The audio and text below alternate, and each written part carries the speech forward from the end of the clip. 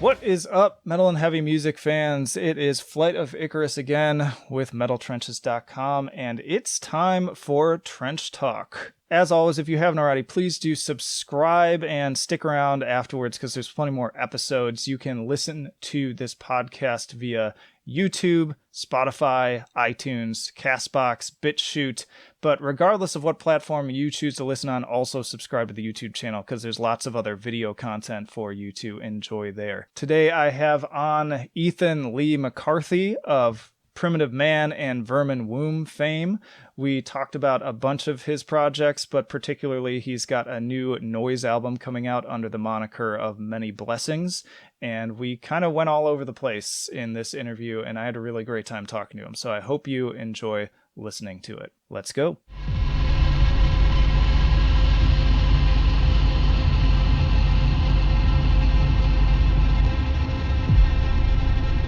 All right. Well, my name is Ethan McCarthy, and I go by Many Blessings. And why don't we just start with, how are you doing? Man, just about as good as anybody else that isn't rich. So,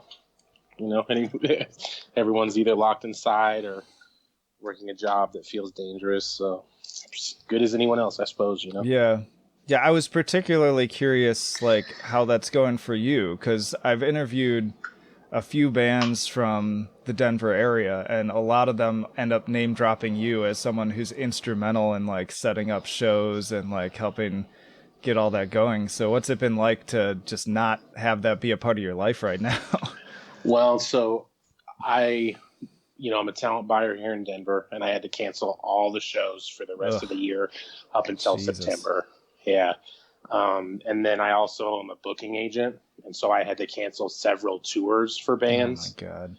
And so it is, and Primitive Man, the doom metal band I play in, had to cancel a bunch of tours. Many Blessings had to cancel an appearance at Roadburn and Oblivion Access and Necrofest and all this shit. So it's just been like a disappointment after disappointment after disappointment for, the last month. That's brutal, man. Yeah. So are you the one who has to like get on the phone with the bands and like break the news and all that? Yeah, but I mean, everyone is paying attention, so it's not that much of a surprise, but I still have to kind of communicate with them and let them know, how I see it.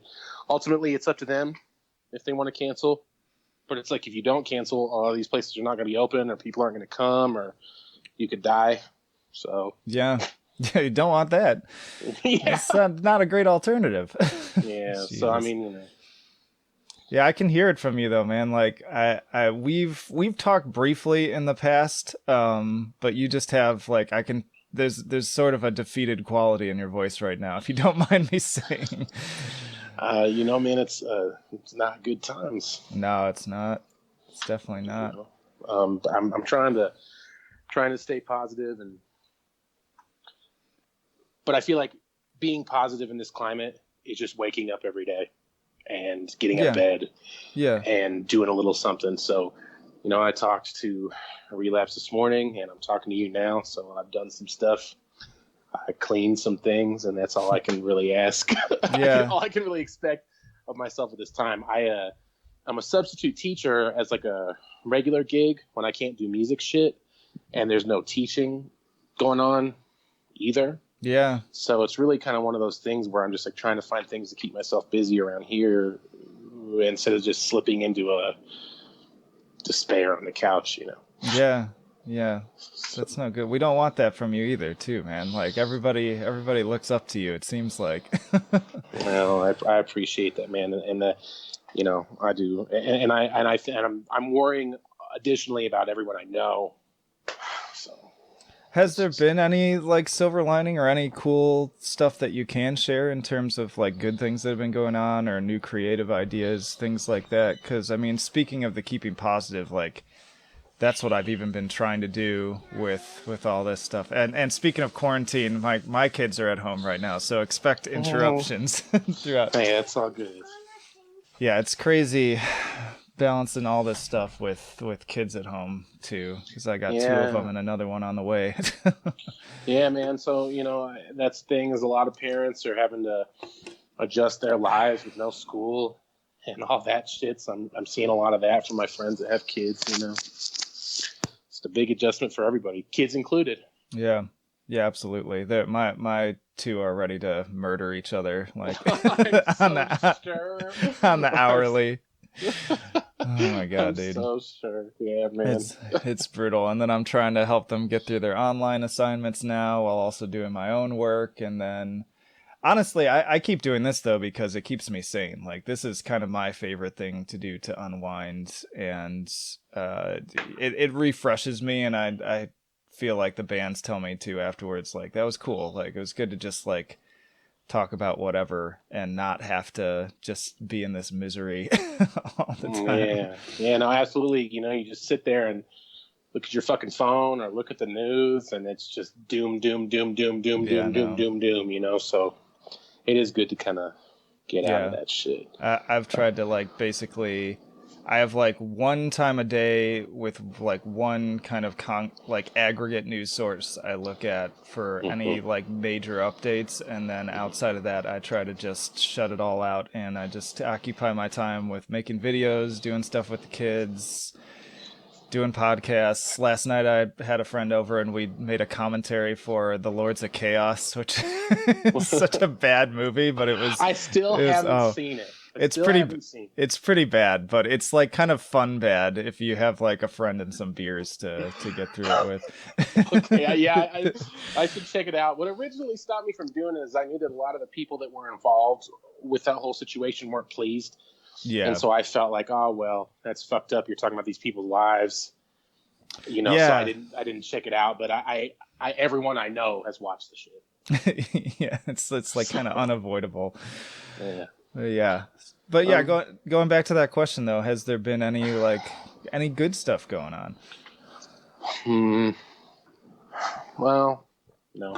I mean, rough, dude. Yeah, I mean, man, it's like everything that I do is just kind of on hold. The things that are positive is I have, the Many Blessings record coming out, and that's cool. Primitive Man recorded a record the week that all this was beginning, the week of March 10th. And that's all done. So that's why I was on the phone with Relapse this morning, as we were just kind of talking about that shit and all that. So hopefully we'll have a record out this year if possible. Oh, that's with everything sick. going on. Yeah. So, I mean, so those are some positive things.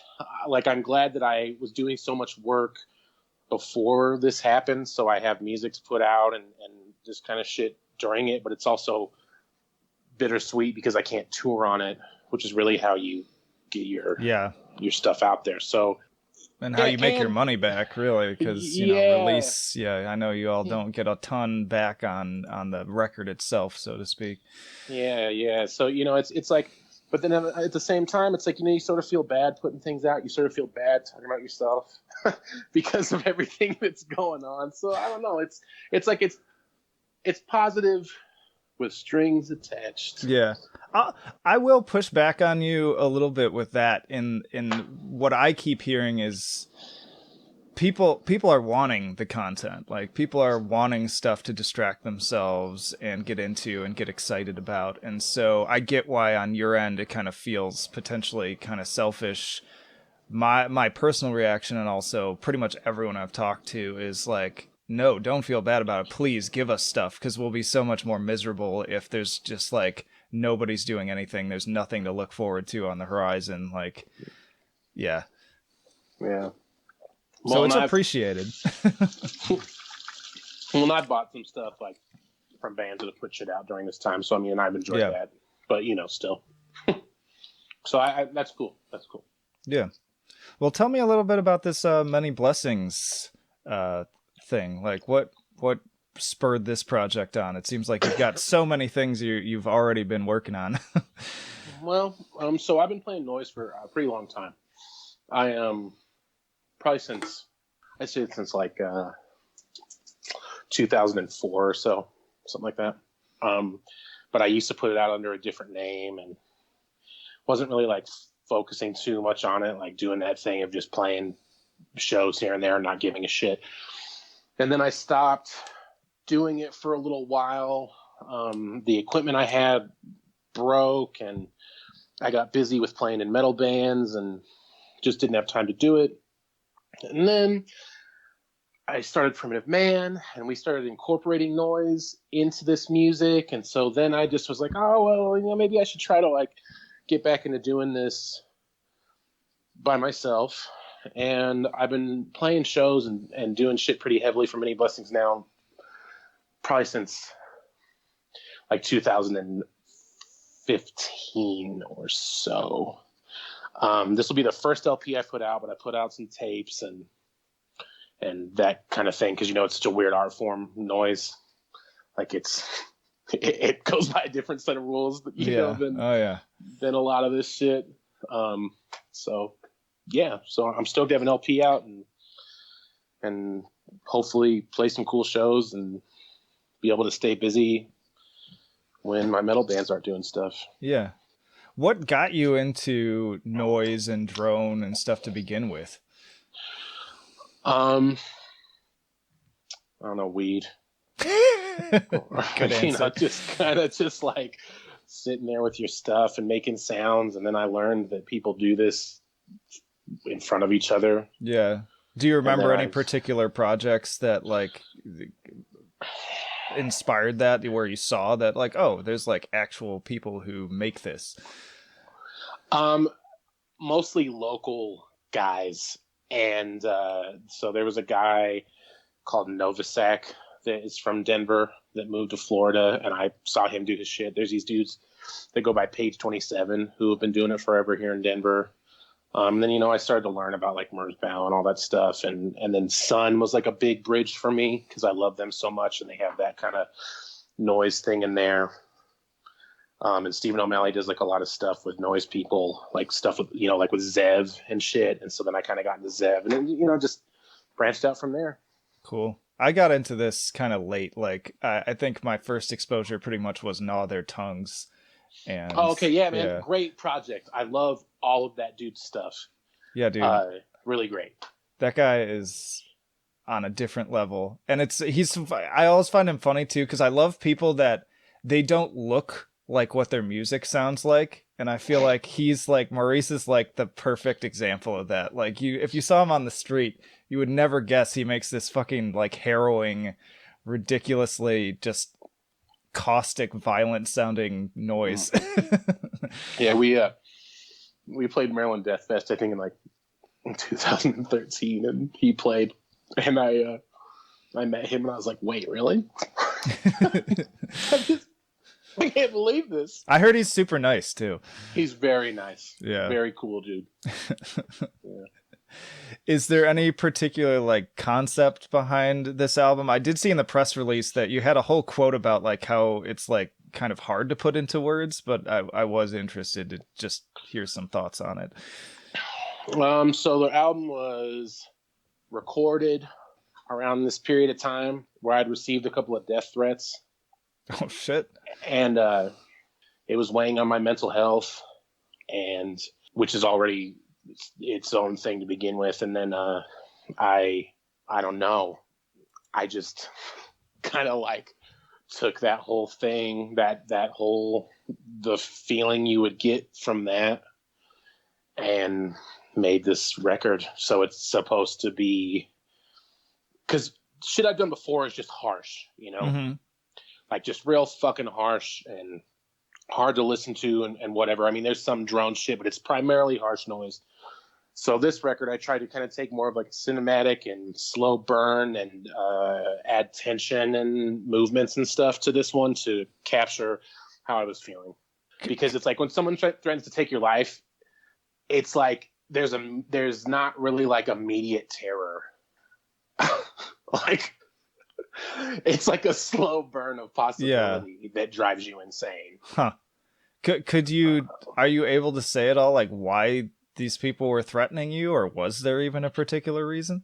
One of them is a booking agent, and we had a disagreement over something. Fuck? And then he's a scumbag. And then another one is this person that used to live, well, they still live here, but Jeez. they live a few hours away in the state, and they were just like a person that I used to know that kind of just developed this unhealthy obsession with me, and took that and are mentally ill, I think, and took that and combined them. Jeez. So pretty.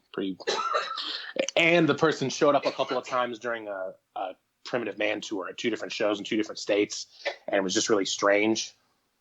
And so that is also like a factor in that whole thing. Like they got close and all this. That's scary. All this fucking shit. So that shit's so real too, because like, you know, from dude who, you know, followed around like John Lennon to, you know, the whole shit with Dimebag and everything. Like, you don't want to fuck around with that.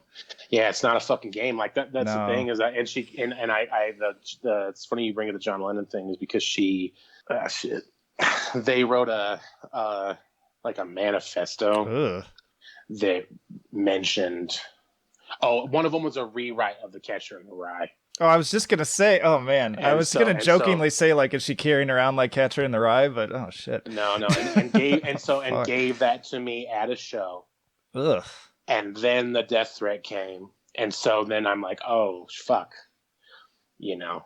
That's crazy. Did the police get involved? So I told them, you know, I have a tricky relationship with the cops. I imagine. No. I looked into restraining orders and all this kind of shit. But what I've learned from women that I know that have gotten restraining orders is that it's like, then they get your address. Really? And then, because they need to know where not to go. So it's like, then you're... Oh, yeah. So then it's like you're vulnerable crazy. More so. And so I don't know. I just kind of did not seek help from the authorities because I don't feel like they'll do anything, you know. I feel like it depends on who you talk to. I'm always interested. This is a topic I really like to talk about with certain people in bands, because like I get, you know, a lot of people have their own, you know, personal history with law enforcement that's not so great, especially just people who tend to be in like the metal community have more of like that, you know, history with being like rebellious and kind of running up against the law sometimes. And then also, you know, historical context and all that. Mm-hmm. But then on the other hand, my brother-in-law is Chicago cop. He's Hispanic. He gets called all sorts of names by like the gangbangers he has to deal with. And then my neighbor is actually like a police lieutenant here in Oregon, and 2 of the nicest, kindest, gentlest, like most professional people I know. And so it's like it's tough for me, because I'm like, I know there are people out there that do a good job and can actually help, but then I also know that there's some real shitheads out there, to say the least, too. I just think that the good people are outnumbered by bad and corruption, and so because of that, it's impossible for you to be good in that role because the system will not allow you to be good, and so that's why I don't seek help from cops. I like having that in. Go ahead. I don't want to interrupt you. No, I mean. You know, man, then the other thing is that she's mentally ill, clearly. I felt like I didn't want to have her be crucified for some shit where, you know, that's wrong in her mind, even though I am afraid. So then I figured out a way to get a hold of her family, and I tried to work it out through the family, and they were pretty helpful to a degree, and I haven't heard anything for a little while now. That's good. So I felt like it was better for me to go that route with friends and family than it was for me to go the route of the cops, because, you know, I don't know. It gets complicated. I want you to be safe, man. Like, I know I don't know you personally, but yeah, I mean, that's just the decision I made at the time. Now we went on like a big, so this is like before Psycho Las Vegas. All this shit was like coming to a head. Yeah. And so then when we were like at Psycho Las Vegas, I was like paranoid the whole time, you know, what if this person shows up? And then we did a tour with Full of Hell later in the year, or not with Full of Hell, with Cal Decapitation later in the year. And the whole tour everyone was just like keeping a lookout for this fucking person. That's no fun. That's no because way I to don't live. want to get dime bagged. You know, that's what we're saying is like I don't want to fucking be like that. So crazy times. Yeah. I'm weirded out by the booking agent thing too. Like I didn't know the wide world of booking was such a cutthroat business. Jesus. Yeah. Yeah. That's crazy, man. I mean, most people are decent, but there's a couple fucking criminals out there, man. Yeah. Well, that's always the case, no matter what line of work you're in. Mm-hmm. You did mention how this is kind of impacting your own mental health too, and you know, I can't help but be interested in wanting to talk about that anytime it comes up because that's my field. Like my primary field is in counseling. I'm a licensed professional counselor, and I work with adolescents and teams of counselors who work with people in the community. And yeah, tell me, do you want to talk a little bit about what you're going through right now? I mean, I'm sure what I'm going through isn't any different than what anyone else is going through, you know, other than those people who want to talk about how this is fucking great because they've always liked to just stay inside or whatever. I'm just like, all right, yeah, me too, bitch. But I like to go out like a couple of days a week. Yeah. Like you're out of your fucking mind talking about how this shit is good. This shit is not good for anybody. Yeah. Plus, it's different when it's by choice versus when it's enforced. Right. Well, then there's that whole thing of people that are going out anyway. They don't give a shit. They think this is all a joke and whatever. The thing that with me is that I have underlying health conditions, so I'm very scared. And members of my family have gotten this, and you know it's not cute. So I mean, I don't know, man. I'm like really trying to stay strong, but I feel like it's everyone I've talked to. You know, it seems like it's the same. It's like the only moods are mad, sad, or okay. You know? Well, what I always say to that is, you know, all of those things, they're okay. Those are all legitimate feelings. Yeah, I mean, I would say so too. You know, and you know, a lot of people don't adhere to this shit. I mean, I don't know what it's like everywhere, but in Colorado, there's droves of people who are just like trying to protest, don't give a fuck, think it's a joke. Yeah. You know, I'm like, all right, well, yeah, you go ahead and play that out. I'll check in with you at the end of the summer. Yeah, we'll see how you do it. Yeah, no, I feel for those people too because I know some of them are just people who like, you know, they're out of work, they can't pay their rent, and now they want to, you know, they want to get back to their life and stuff, and so. It's like, yeah, on the one hand, I feel like they're idiots and it's not good for anybody. But on the other hand, it's, you know, I don't want to discount how they're feeling about this too. No, and not at all. I think that it is just a symptom of a bigger problem. Yeah. Which is in America, which is people not being taken care of during this fucking shit. I mean, dude, $1,200 is a joke. Who pays rent for less than that now? Like, or close to that now. Most people that lives in like a major city, like most people I know, $1,200 is not gonna last them for shit. It sucks for everybody. This is life, man. But yeah, I can't complain. Like, even though I get frustrated and I've had my days, like I feel like, I mean, going along with what you're saying, there are people out there who legitimately can't pay their rent right now, don't know what's going to happen, don't have a job. I know multiple people who have lost their jobs. Actually, my neighbor across the street, we just found out, died of this. So he was an older guy and already had health issues, but like it's pretty real around here, and it feels like it's getting more real every day. So both neighbors on each side of me had that shit. And one of the other ones is a healthcare worker for people with respiratory issues. So we are just like literally surrounded by it. Yeah. It's very real. It's very real. Like I have family that lives down south. Very real for them right now. I won't go into detail, but too real.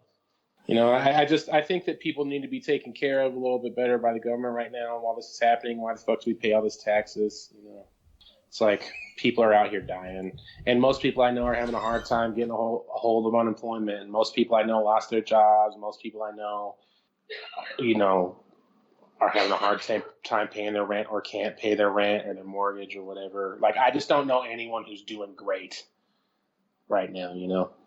It's tough times, but I don't know. I'm the forever optimist. Like, I'm the glass half full kind of person. I try to look at, everything I have, like there's always something to be thankful for, but that's not again to take away from the fact that, like I was saying before, if you're mad, if you're upset, you're sad, you're depressed, whatever, like that's all right too. Like that's that's Yeah. you got to go through all that stuff. I mean, I think it's like, yeah, of course there's things to be thankful for and things to like and all of that shit. And I have those things as well. I just, for me, on a personal level, it's like I've worked so hard to get to this specific point in my life, and it feels like it's being taken away from me, and that I don't know where to go from here. Like, if I can't substitute teach, play music, book tours, or any of that, I have no skills beyond those things. So it's kind of like, what now? And for how long?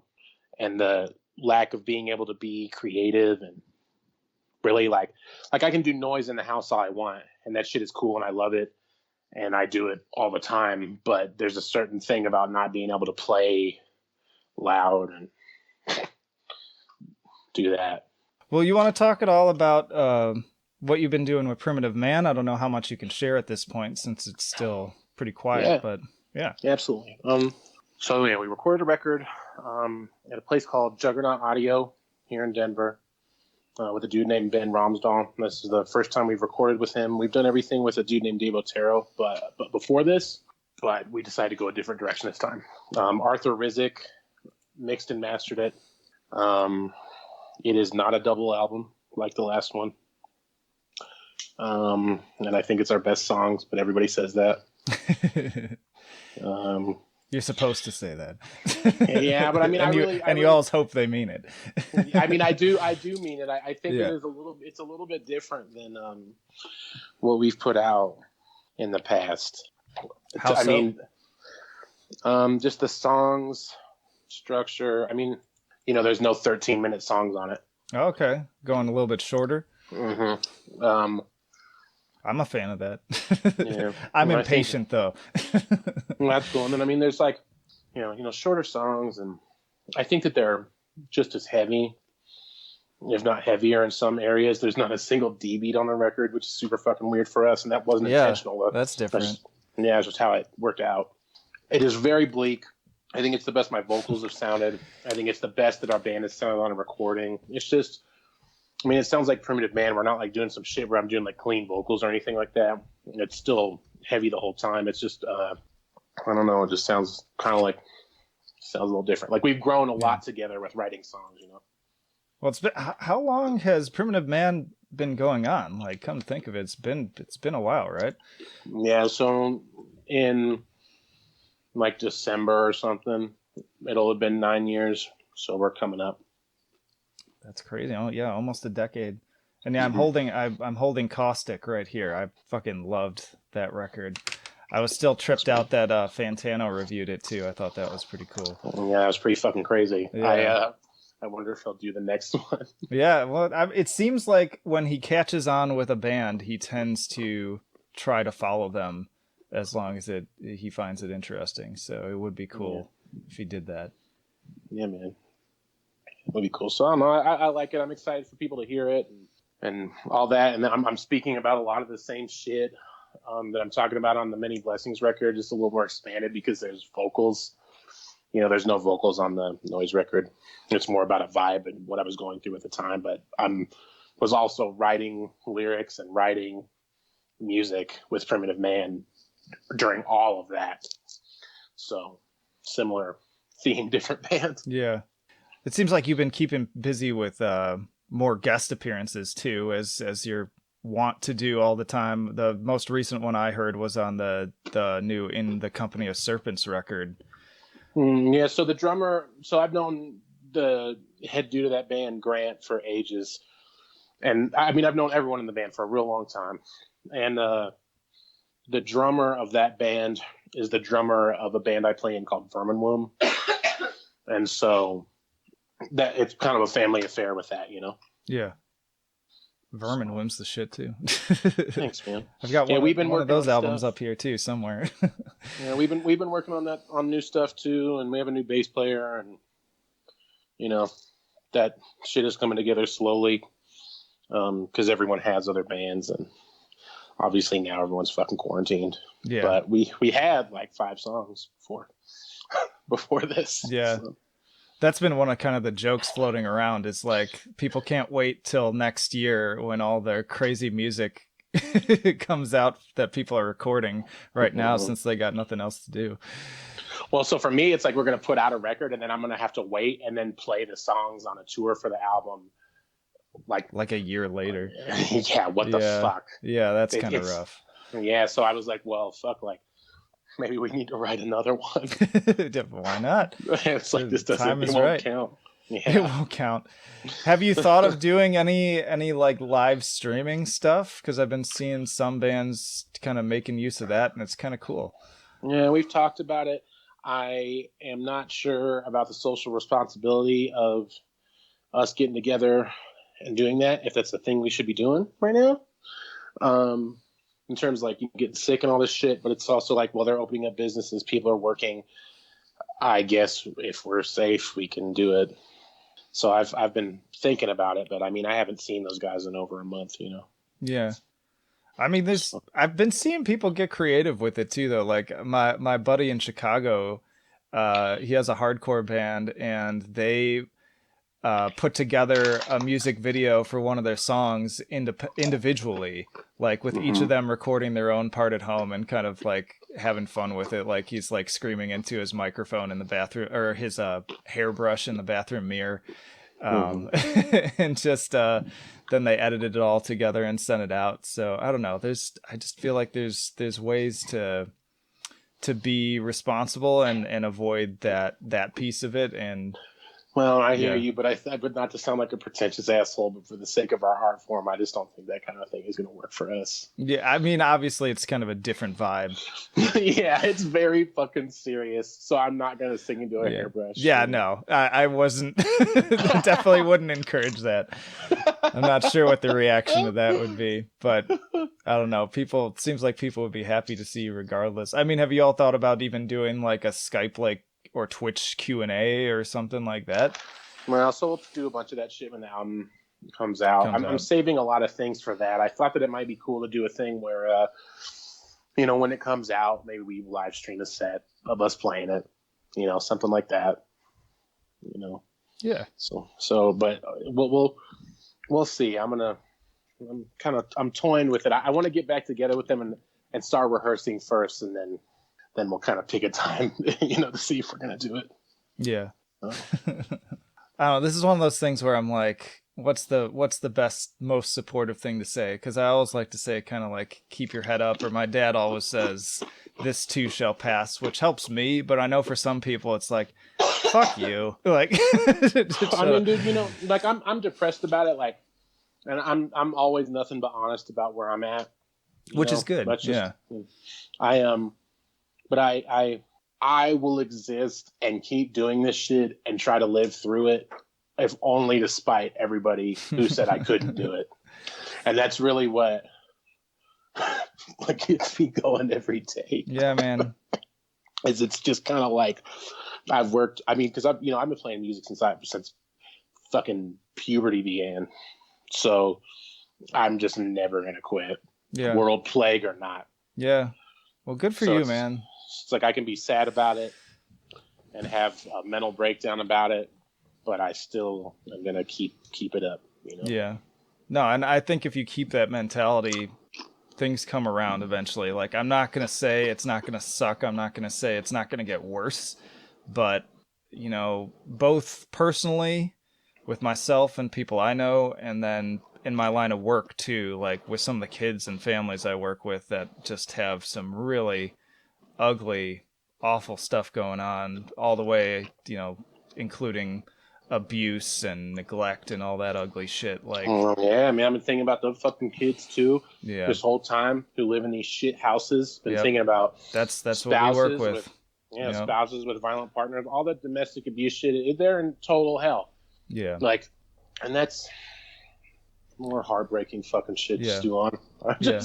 But the thing I want to throw out there though is that like I've worked with those kids specifically. Like I'm like a trauma counselor. Like that's my specialty, and I've worked with those kids for like over 10 years now, and I've seen some enough of the like kind of the same mentality that you're describing, kind of funny enough, like they will survive just to fucking spite the world for the shit hand that they were dealt. And when they stick with it too, and they finally like get some people in their corner and are willing to accept the help and recognize that there are a few people out there who actually give a shit, they get better. And I see them not only survive, but like I've gotten cards occasionally and stuff from parents here and there where it's like they went on to do like great things. And so it's like it's always possible. And it's like, yeah, it sucks now, but you can't get bogged down with all the misery that's out there constantly. Like you got to let people have their journey and just do your part to support where you can, because you can't help everyone too. Like that's the other reality. I have to tell my counselors who work under me all the time, because they get stuck in that and they're just like constantly thinking about all their families and then all the other families they're not working with. And I'm like, you can't think that way. Like you got to carve out your niche and say, okay, I can help this number of people right now by doing these things. And at the end of the day, though, it's ultimately up to them with what choices they make. And that's what you do. And so, yeah. Yeah, I mean, absolutely. I mean, what you do in your line of work is very emotionally taxing. Working with kids, we'll hear about it first and we send it to you second, and you really got to get in it. Yeah. So respect. Yeah. But I mean, respect to you too. I mean, with the teaching, and then also like with music too. I think it's so important to have people out there that are doing various creative processes that people can connect with and find a way to sort of express themselves by just listening and experiencing these things too. So like, I'll never downplay that. That's why I really appreciate musicians who in these times really do like continue to make things and create and put things out into the world, as opposed to getting like, yeah, you're human and you know, you got to work through your own shit and accept when you're feeling too much or whatever, but not letting that sort of take away from, you know, what your contribution to the world is, so to speak, if that makes any sense. Yeah, and I appreciate that. And it's a big reason that I keep going, is because people will be like, oh man, you know, this shit was with me during this or during this. And, you know, I have bands like that for me. Yeah. So it's like, you know, when I hear that from other people, I'm like, all right, well, I guess it is really like good to keep doing this. And because with creating, there's like a shadow of self-doubt and almost guilt for like talking about yourself. And you know, again, like I hear that all the time too, and I feel like actors and late night people and stuff get in down this road too. But what I found is that is what ultimately becomes self-defeating kind of for their art, because there's you destroy yourself doing this shit. I mean, and I know that, and I did that actually during the whole time that we were writing this Primitive Man record.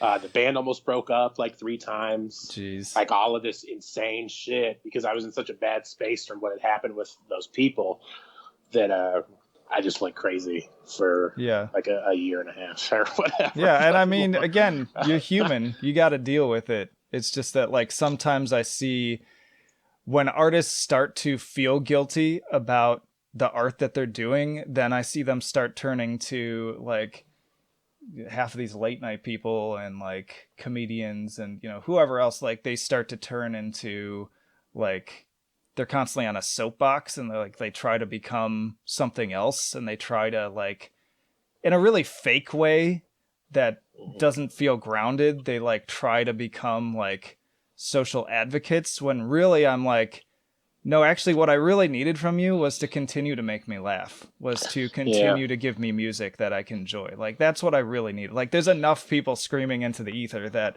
what I really needed from you was for you to continue to talk about yourself, be personal, get in touch with that stuff. And of course, if that's affecting you, if that's the stuff that's affecting you, sure, talk about it in your music or your movies or whatever, but like keep it artistic, keep it within that role. Maybe that's me being selfish wanting that, but that's just the way I look at it. Well, I have I have like a really loud mouth about what I believe politically, historically. I've always fucking said whatever. I've noticed. You And speak your mind. yeah. I caught your little snippet too on when this quarantine started. One of the first things I did was I watched that Grindcore documentary. Yeah. And you had that little part in it too. I was like, damn, he just he just fucking says what he wants to say. But anyways, I interrupted Well, I you. mean, yeah, well, I mean, and it's funny you bring that up, right? So, this motherfucking dude, he interviews me for this documentary, and we talk at length about a lot of different things besides Seth Putnam. I'm And sure. all he put me in there. You became the shit talker. Yeah, about Seth Putnam. So I was just like, number one, I feel exploited. Number two, I think that happens a lot. Yeah, number two, this fucking dude that we're talking about isn't even worth devoting this much fucking time to. And if I would have known you were such a fucking closet anal cunt fan, I wouldn't have wasted my goddamn time. and but I've been getting message like once a day at least for months. People have been like, "Oh, I saw you in the documentary, bro," and they're either like, "Fuck you," or they're like, "Oh, that was sick," like some real like boneheaded shit, like just like the worst. It's like the lowest common denominator, regardless of which side it's coming from. It's just like people that like that shit go straight to racism, oh my god, homophobia, or this kind of shit. So it's like on one hand, I got people that are like, "Yeah, you're absolutely right," and then I got all these other people who are like, just chuds about this shit. Yeah. So it's annoying. It's dumb. If I could go back, I would not have participated. Yeah.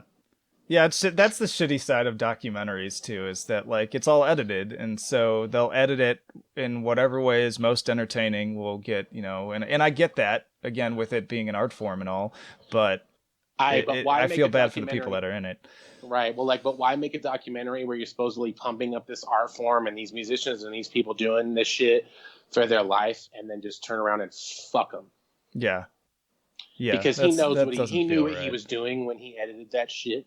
Yeah. And I have said something to him, and he's just like, "Oh, sorry." And I'm like, "Yeah, I fucking bet. Now this shit is a stain too late now on my life for fucking ever." And I don't feel bad about what I said. No, yeah, you said what you felt, so. Yeah, and the thing is like in another, I did like an interview with someone, and I said that I kind of felt bad about it because he had friends and family and shit, but that doesn't mean that it changes my opinion of him.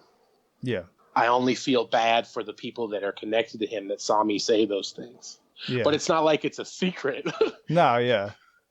And you're entitled to your opinion, absolutely. Like, I had a lot of different varying thoughts, like, when I saw that snippet, but I never felt compelled to be like, I'm going to reach out to Ethan and give him a piece of my mind about his opinion. It's like, that's your opinion. Who gives a fuck? Like, let's just coexist here. Some dipshit created a meme page only to fuck with me over my interview in that documentary. That's some petty shit, man. Yeah, and they were posting memes all fucking week one time with me in there. But my response was, "Yeah, that's right. I did say that. Fuck you. I don't feel bad." And that really took the wind out of their fucking sails. Because I'm just not the type to give a fuck. But it's just, man, it's just fucking lame. It's just lame. It's just lame. In my relationship with Grindcore in itself, like, all the bands I've ever been in that were grindcore bands, no one respected, no one gave a fuck, all of this business. And so then to just get put in a documentary, it's like the final nail in my experience playing that genre. Yeah. Fucking joke. People just, The world would be a much better place if people just minded their own fucking business, like found something to do, found something constructive to contribute, as opposed to constantly tearing each other down. Well, but I mean, it's like I said what I said, and that's initially what I did. But I feel like what I said shouldn't be so controversial because that guy was a racist, terrible, womanizing ass motherfucker, and so it's like everyone is just like, oh well, you said it and blah blah. I'm like, yeah, but like, why is this so fucking? Why is this controversial? Like, why? Yeah, it's like like I said, I had reactions to it because, again, I think especially just because where my mentality is, especially with counseling all the time, because I work with, it's different because this is a grown ass adult at this point, but I do work with like parents and shit who are like really just awful, miserable people. But I'm always in the mindset of kind of like, why are they like that? Like, what made them like that? They weren't born that way. But it's a balance though, because it's like, I don't want to make an excuse for their behavior and say that it's okay, because it's not. And at the same time, I want to better understand, like, why did they end up that way, so that we can, like, A, try to help them, and B, try to prevent other people from winding up like that. Yeah, I just don't know that there was much hope for this dude. Yeah, it seemed like he was far enough along that he was just, there was almost no other way that could have ended. Yeah. But I interrupted you before. Like, you were starting to say something before I brought up the documentary, and I'm trying to remember even what train of thought we were on. Oh well, so what I was just gonna say is I think that musicians do have a right, or artists or actors or whoever do have a right to voice their political opinions, because everything that we make is based off of the reality that we're living. And if you have something to say about it, then you should definitely say it. But I do think that it needs to come from a place of sincerity. There are some people out there in this especially this metal scene, who are out here saying shit that they don't believe, they don't care about, but they're saying it just to look good to a specific crowd of people. There's a fucking metal writer out there that only brings us up in February for Black History Month. I'll bet. And I'm those people drive me crazy, man. Yeah, I'm like, you don't fucking cover anything we say. You don't come out when we come through. You don't mean it. You only mean it insofar as it makes you look good. Yeah. That shit. Points with some fake shit. That shit annoys me so much. I feel like they don't really mean anything they say. They think they do, but anyways. It's like, well, what are you really doing to help?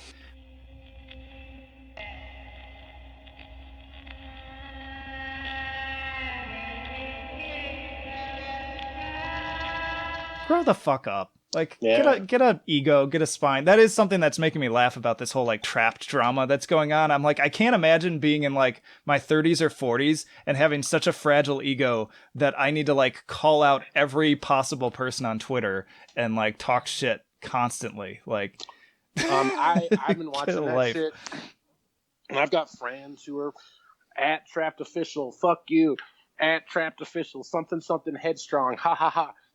And I'm like, man, fuck Trapped, son. Why are we even doing this? Why are we even? Yeah, I felt a little bad because I did post a meme that was I was just really. It came into my mind, and I'm like, oh, the Twin Peaks community will love this, because it's like a Twin Peaks season 3 theme meme, and they have such a loyal following, and so I don't know if you're a Twin Peaks fan at all. Oh, huge. Love this shit. Yeah, so there's that scene in the new season. I have it up on the shelf up here too. Such a best television I've ever watched. But anyways, there's that scene where Evil Cooper crashes, and he's like slumped over the steering wheel, and the cop comes, and he like gets close to the car, and he like smells it, and he's like, oh man, there's something that smells awful in there. And then so someone made a meme template where it's that with the cop saying that, and then the back seat of the car, and you can put whatever you want in the back seat. So I put Trapped in the back seat, and that shit blew up on the Twin Peaks like shit posting forum, and it's up to like, it's like coming up on like 400 likes, and it was just for fun. But I was just like, I can see why people are having a good time with this, but I do feel guilty at the same time, because it's like we're kind of giving them the publicity that they just wanted this whole time. It's but, like any attention is good attention. Is it though? Because I've thought about that, and I've watched this, And I'm like, man, like if I were in their situation, like their shoes, now I would never be doing what they do or defending the things they defend or being this way. But let's say that I was in their shoes for something else. Okay. Yeah. I would be so bummed. I mean, there's got to be at least some of that. But he just seems like he doesn't care because he keeps it up. And I just am like, what are you doing, man? Like, because when you look at them and what they're doing, it doesn't look like they played any more than 250 people at a time. Yeah. So they're like at the level of like a lot of metal bands that you listen to, you know? Yeah. And so it's just like, you guys are fucking up. Yeah.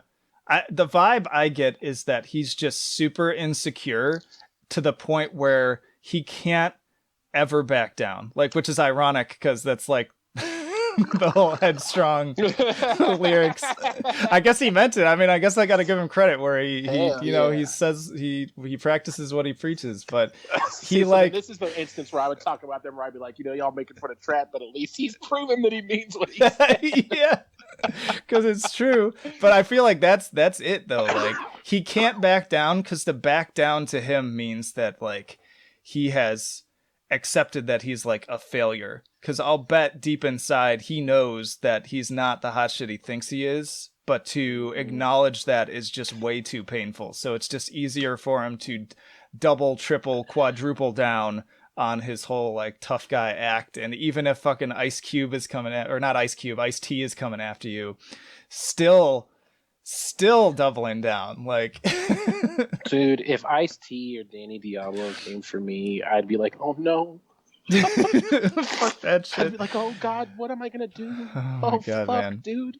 But it's fun to watch. I'm not gonna lie. It's as much as I generally dislike drama. There's when it's kind of like lighthearted drama and nobody's gonna like seriously get hurt. Like it is kind of. There's a little bit of Schadenfreude there where it's it's a diversion. I don't know. Yeah. Well, anyways, so I got to wind down here because I got a meeting coming up. But I did want to. I always like to pick people's brains, especially now that it's like it's 2020. We're in a new millennium, and so I've been asking a lot of bands within kind of their genre what they feel like are the best bands and albums from the past decade. So I'm particularly thinking in terms of like sludge and doom and things of that nature. What were for you are like the standout groups and albums from the last 10 years? Last 10 years, man, that is a hard one.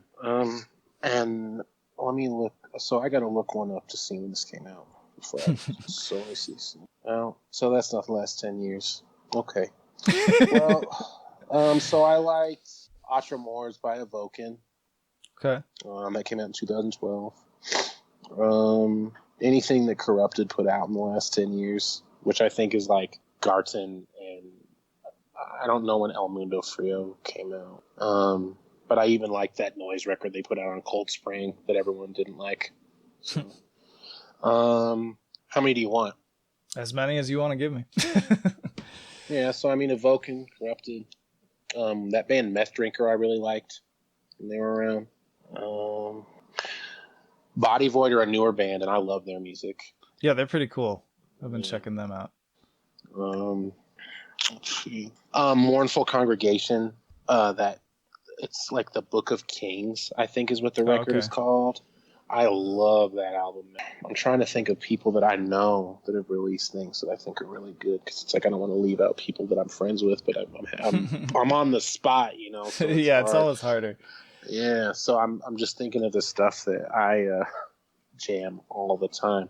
Well, we can pivot to the other more general question I tend to ask is just, are there other underground musicians, whether locally or not, that are in metal that you feel like deserve more attention than they're getting right now? Oh yeah, okay. All right. So Body Void, Elizabeth Color Wheel. My buddy Chris is into them. He writes on the website.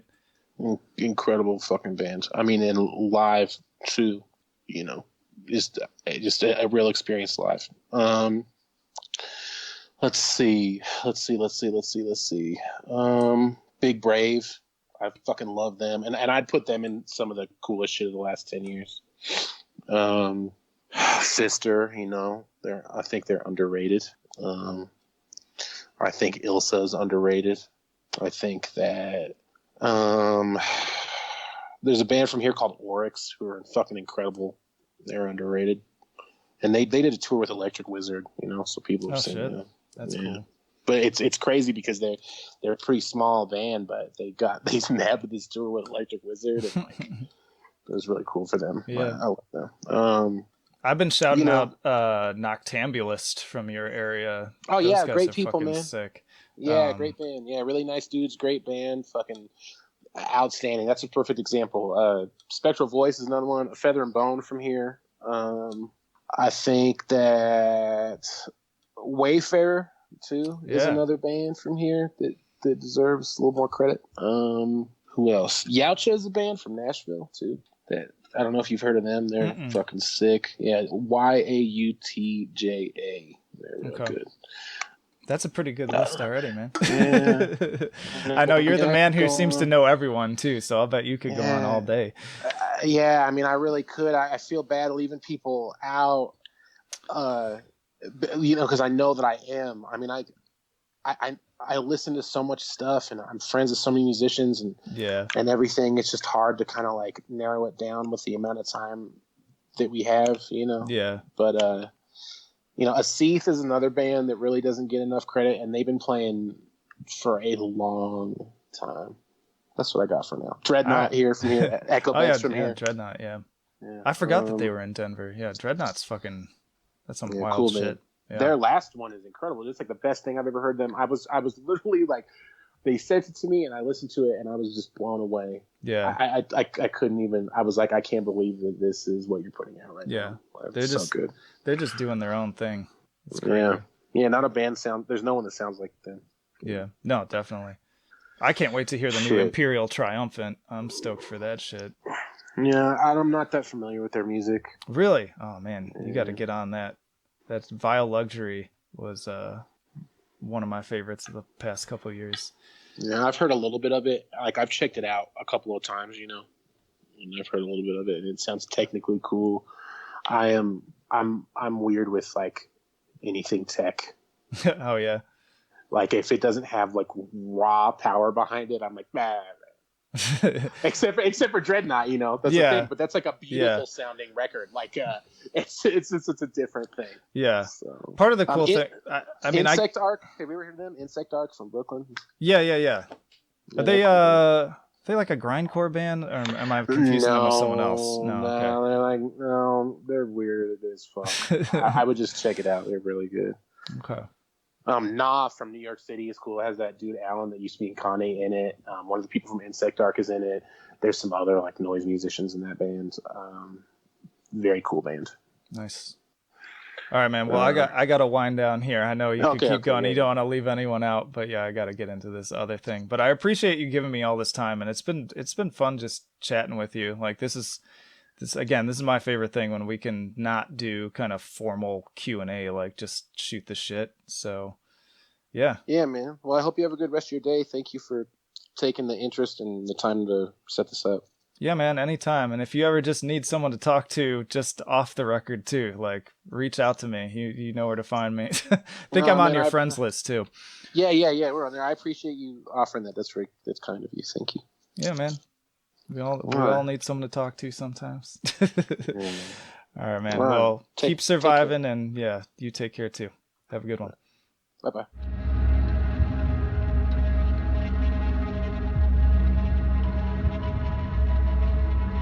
And that'll do it for another episode of Trench Talk. Really enjoyed that one. As always, if you haven't already, please do subscribe to the channel. Give us a review, a like, depending on what platform you're on. Again, you can listen to this podcast on pretty much any platform, but regardless, also subscribe to the YouTube channel because there's lots of extra content there, videos for tier reviews of bands' discographies or different genres and bands, album reviews, album roundups, all sorts of good goodies there. So yeah, do that.